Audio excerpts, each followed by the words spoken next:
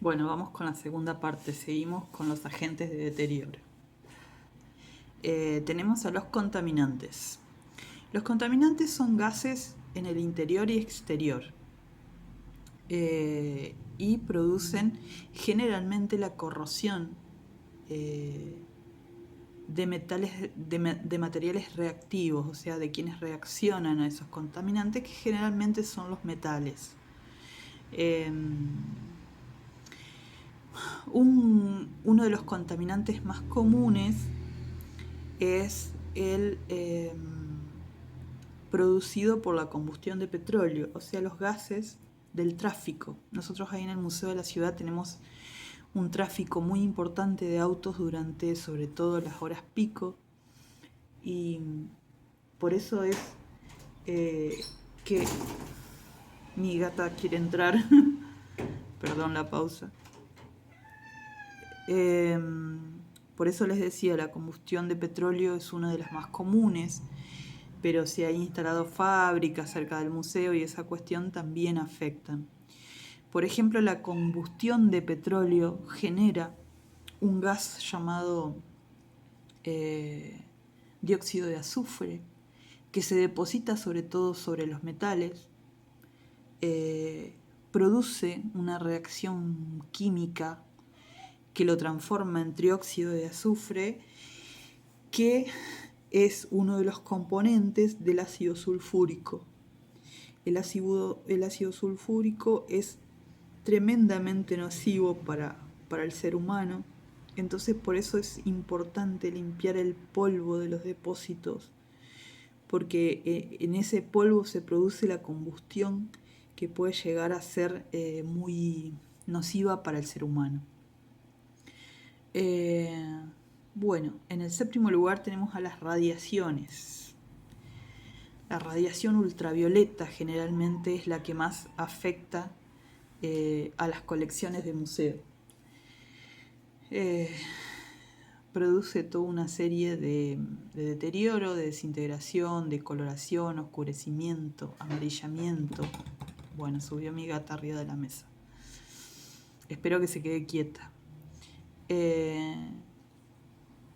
Y también hay una serie de consejos, como por ejemplo evitar los altos niveles de luz ultravioleta. Nosotros trabajamos en museos generalmente a 50 lux. Después vamos a explicar bien cómo se establece el grado de iluminación que debe tener una sala de museo durante una exposición, qué es una candela, qué es un lux, cómo se mide el lux.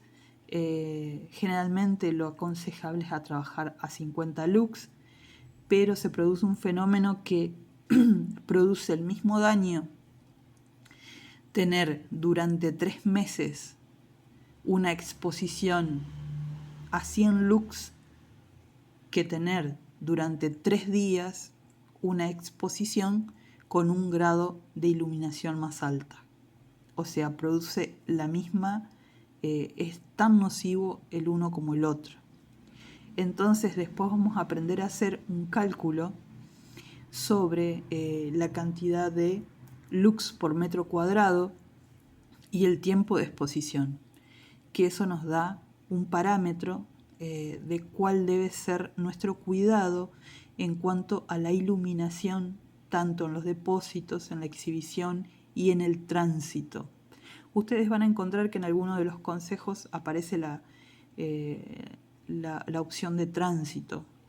Tránsito quiere decir cuando nosotros llevamos bienes culturales de un lugar a otro. ¿Cuáles son las cuestiones que tenemos que tener en cuenta? Se mide con un luxómetro. Yo en este momento lo tengo prestado al luxómetro, pero si lo buscan en Google van a ver claramente que es un aparatito muy fácil de manejar y es muy conveniente tenerlo en el museo. En el octavo lugar tenemos las temperaturas incorrectas.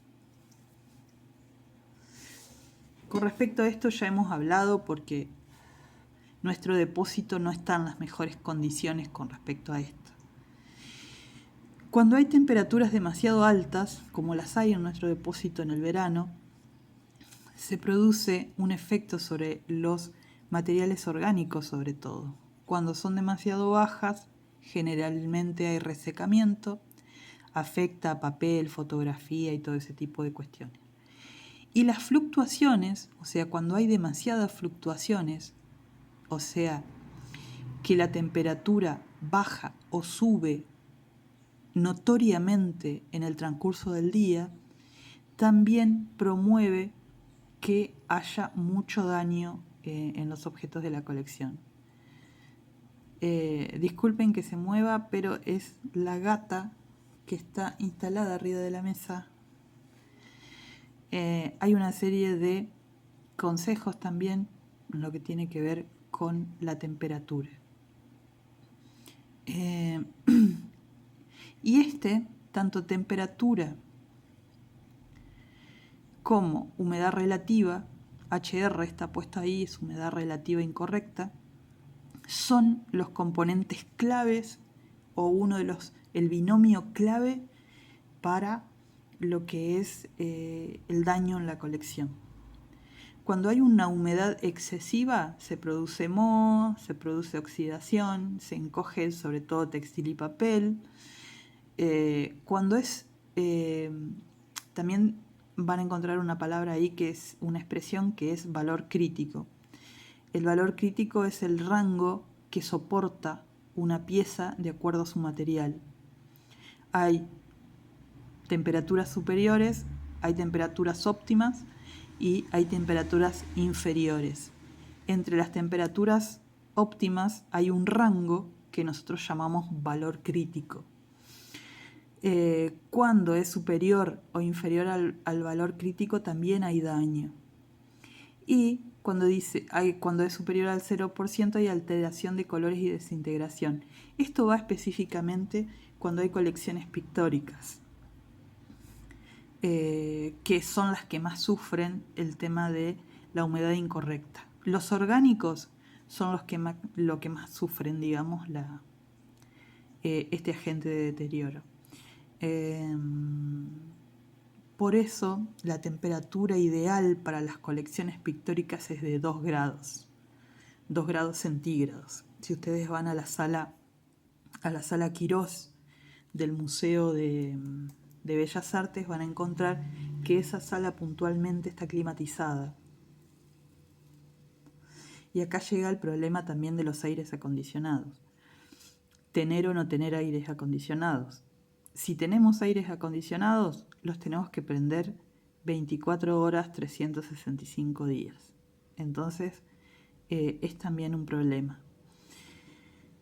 Hay una serie de consejos también.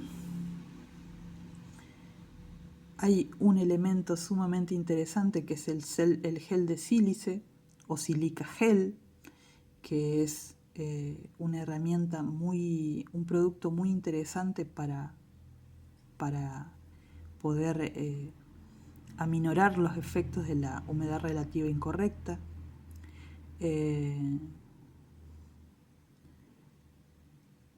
También van a encontrar, ese era el último, también van a encontrar en todos estos factores de deterioro el consejo de tener siempre una sala de cuarentena. Ahora que esta palabra no sé, es tan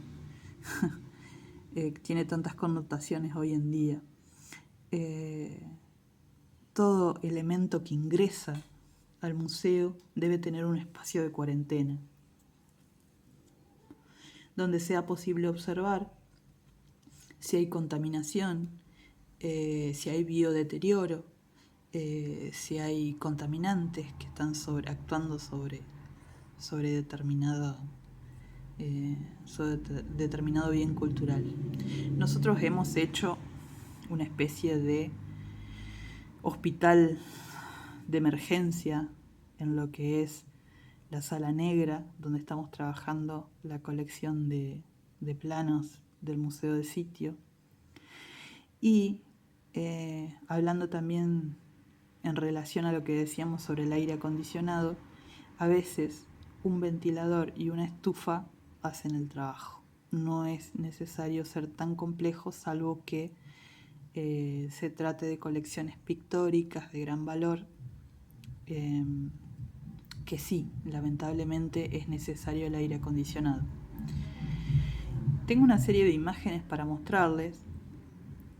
Esta primera es el caso de deterioro en papel. Si ven, está carcomida la parte de la tinta. Este es un fenómeno que no tenemos demasiado, por suerte, en la zona. Es una tinta ferrogálica, quiere decir que la tinta estaba hecha con compuestos metálicos, lo que hace que el metal atraviese el papel con el paso del tiempo. Esto se acelera cuando la humedad relativa es alta. Hace que el metal dentro de la tinta se corroa y produzca estos huecos, estos faltantes en el papel. Acá tenemos otra fotito, a ver si se alcanza a ver bien. Ahí hay daño por humedad, no sé si lo alcanzan a ver. Sobre textiles, sobre cartón. Estas son cajas guardadas para guardar textiles. Digamos, es típica, más en nuestra ciudad, en nuestro clima, la humedad relativa, la humedad ambiente es algo muy, muy crítico, muy complejo de trabajar. Generalmente uno cuando va a un museo dice qué fríos que son los museos. Y es conveniente que un museo sea frío antes que cálido. La temperatura entre 2 y 22 grados es la ideal para la conservación preventiva. Hace poco fui al Museo Evita en el invierno, el de la Escuela Hogar, y tenían el aire acondicionado puesto a no sé cuántos grados. Y la verdad hacía mucho calor dentro del museo y tenía corrosiones activas algunas de las piezas que, digamos, perjudicaban todavía más a los objetos.